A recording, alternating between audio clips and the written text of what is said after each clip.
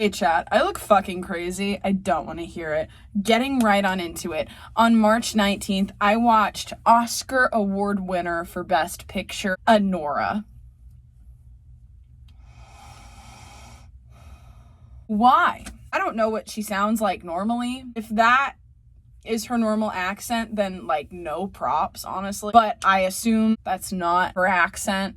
So I'll give her props for that. If that's not her real accent, I don't remember. Her performance was good. Oscar award winning though. Same with the movie. The only thing I'm like, yeah, that definitely deserved the Oscar was the editing. Plot, been there, done that. It was an okay movie. Her performance in the last 5 minutes, okay, I get it. But it was the last 5 minutes, you know? March 20th, I watched Odessa. Again, mid. Sadie Sink is a great actor, and she's a great singer, which I'm glad you can see now. The movie was... The effects were not good. I liked the vibe. I liked the songs. Not enough to listen to them again, but in like the context of the movie, I liked them. Favorite thing about the whole thing is that it was so clearly a buy for buy relationship with Sadie Sink and then whoever her boyfriend's name was, because I can't remember. They were so clearly two bisexuals getting married. And the plot, March 21st, About Time. Yeah. This dude is born into a family and the men in the family have a special gift, and they're allowed to travel back in time. They can only travel back in time to things that have happened in their lifetime. He uses it for love. It is kind of like, because he goes back in time 2 or 3 times to make his first experience with his future wife the best it could possibly be. You've had sex with her 3 times, but she's only had sex with you once, to her knowledge. And she never finds out about it. He's not supposed to tell anyone. His dad never told his mom. The guy is really flawed in a way I'd say most people are flawed. There is a moment where they're at their daughter's birthday, and his sister, she never shows up to the birthday party for her niece, which she wouldn't have done. She would have shown up. And her piece of shit boyfriend shows up and says, "Do you know where she is?" And the brother's like, "No, I don't. I thought she was with you." But she gets in a car accident because she was drunk driving. She didn't die, but she was injured. He decides to go back in time with his sister. So he tells her the secret, and he says, "We're going to go back to the night you met your boyfriend, and you're never going to meet him." So she never meets him. She ends up with her brother's best friend, actually. Then he gets back to the present. Turns out now he has a son and not a daughter. And he goes to his dad and he's like, "What the fuck? I want my daughter." His dad explains that once you have a son, you can no longer go back past the day your son was born. He goes back in time and undoes all of the good he just did for his sister, and she still gets in the wreck because he wants to keep traveling back in time. And at that point in the movie, it's like, ooh, you kind of suck. But in his everyday life, he's a good dude. He's a mediocre dude. He's run-of-the-mill dude. Wait, he ends up having another daughter, and he influences his sister to like break up with that dude and end up dating who he influenced her to date. Whatever. She ends up fine. Plot twist happens. Dad dies. No, he doesn't die. He finds out he's going to die. He has lung cancer. Son walks in. He goes, "What the fuck?" And dad goes, "I would go back and just not smoke, but it was before you were born, so I can't even do that. But it's fine. It's fine. I've lived my life." And they show up for his funeral, and the son goes back in time to say one final goodbye. And his dad knows why he's coming back to this moment. The whole movie, there's this whole thing with like they play ping pong and the dad never wins, and so the son lets him win, and the dad goes, "I wonder what the occasion could be for my son to let me win." but because you let me win, I'll give you whatever you want. And his son, he says, I just want to hug. And then both of them are like, let's go on a walk. And they both go back in time to when the kid was probably like 7. And they just spend an entire 24 hours on the beach. And after he dies, his wife is like, Rachel McAdams is like, I want to give you, I want another kid. And he's scared that it's going to be a boy because then he's never going to be able to go back and see his dad ever again. They do end up having a son. And so his dad is like, son, before he dies, the key to happiness with this gift is you should only go back in time and relive the day you just lived and don't change anything. Just like the second time around, notice stuff. And then eventually he just stops traveling back in time altogether. I beat out my dad's idea. Now I'm like, I just wake up and pretend that it's a day I have purposely come back to relive. And sorry, I just told you the whole plot of the movie, but my God, it was great.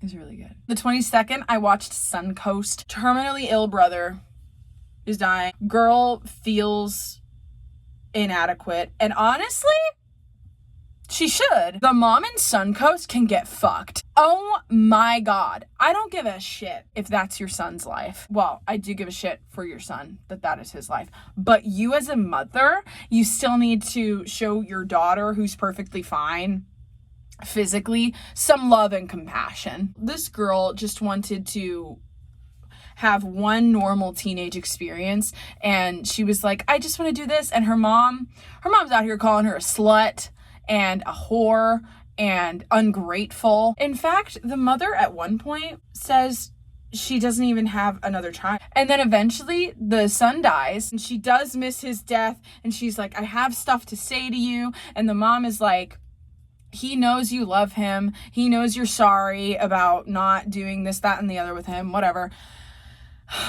Mama and the daughter kiss and make up. Whatever. I'll never understand. But good movie.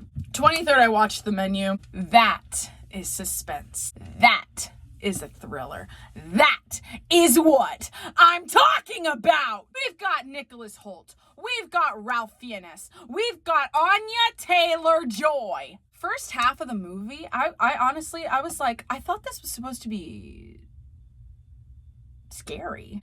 And then came a moment where I was like, ah! Literally, that's what I did. Ah! That's what I'm talking about. I love that. Like, can we have more movies that make me do that? Like, oh my God, when a movie makes me go, oh, like, ah, yes, bitch. Woo! Ooh, my face is all red because I'm like excited. On the 24th, I watched Whiplash. And once again, I went, oh!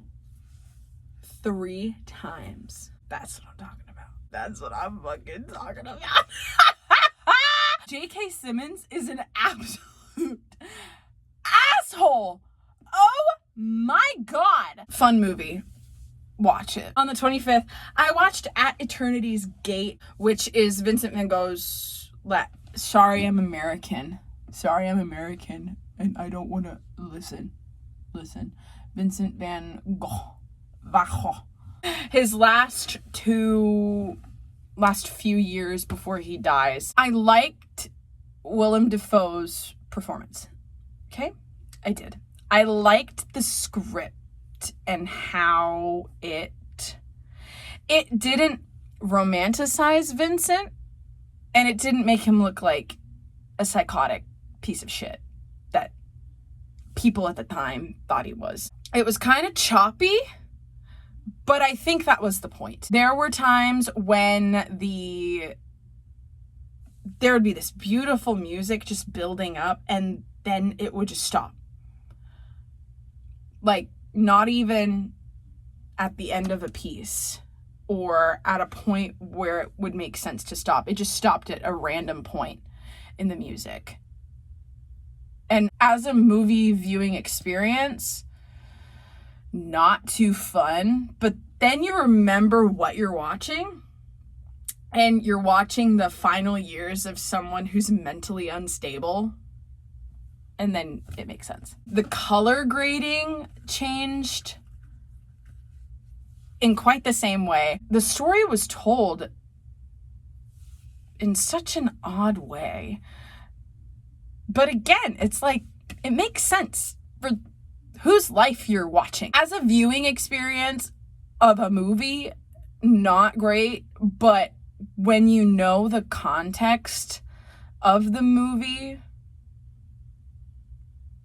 solid. Also, they didn't direct it as a suicide, because you cannot convince me.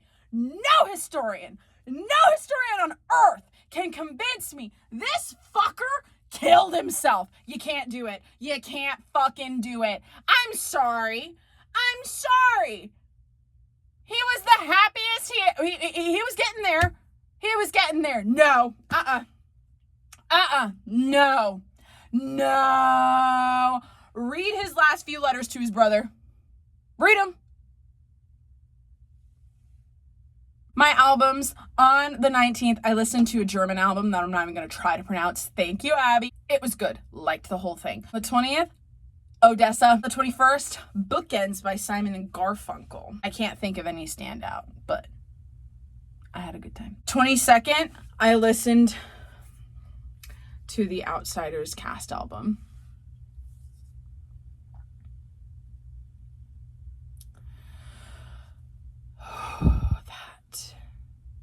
That is what I'm talking about. They sounded great. The score was great. The returning motifs were there. And if you've read The Outsiders, listen to that musical. It was good. So something really great about The Outsiders is that it's a story about boyhood, but it was written by a woman. And so is the score. Because women can write men, but men can't write women. On the 23rd, I listened to A Strange Loop. I listened to it without looking up the plot. And I think if I had listened to it knowing what the plot was, I would have enjoyed it more. I don't know what it was, because I don't know his name. I don't know his name. I didn't like how his voice sounded in this, because I watched Mean Girls musical, the movie, whatever the fuck that dumpster fire was. Yeah, that's my opinion on the Mean Girls musical movie. I hated it, but he was a highlight of it. So I don't know. Sometimes people's voices sound different, because I really liked him in Mean Girls, and I didn't like him in A Strange Loop. Honestly, it pissed me off. It made me mad. And I think that was the point. I liked the irony. I liked how uncomfortable it made me. Normally, media does not make me uncomfortable. I'm very self-aware of my skin color. And I'm going to be fucking honest. It did make me uncomfortable. Just hearing, slurs just right there in front of you. Everyone's saying them. I was like, oh, okay. But the composition, I liked the composition. The lyrics scared me a little. And I hope he gets his musical written. I'm rooting for you, Usher. And I hope you never, ever hook up with someone like that one guy ever again, because that made me sick to my stomach. I was on a walk and I had to stop. I went, I think I'm going to throw up. I think that's what you wanted. Michael R. Jackson, you're an incredible composer. And you made me uncomfortable. You did your job. The 24th, I listened to Fleetwood Mac by Fleetwood Mac. Now that album, I understand. I get it. I can see the vision. The 25th, by recommendation, I listened to Beautiful Minds by Extraordinary Heroes. Had a nice time. It was fun. Rockin' and rollin' and whatnot. Movies, mostly wins. None of them were complete misses. And albums, none of them were complete misses either. Mid to good week. We've never had a mid to good week. That's new. That's it. That's all I have for you. Goodbye.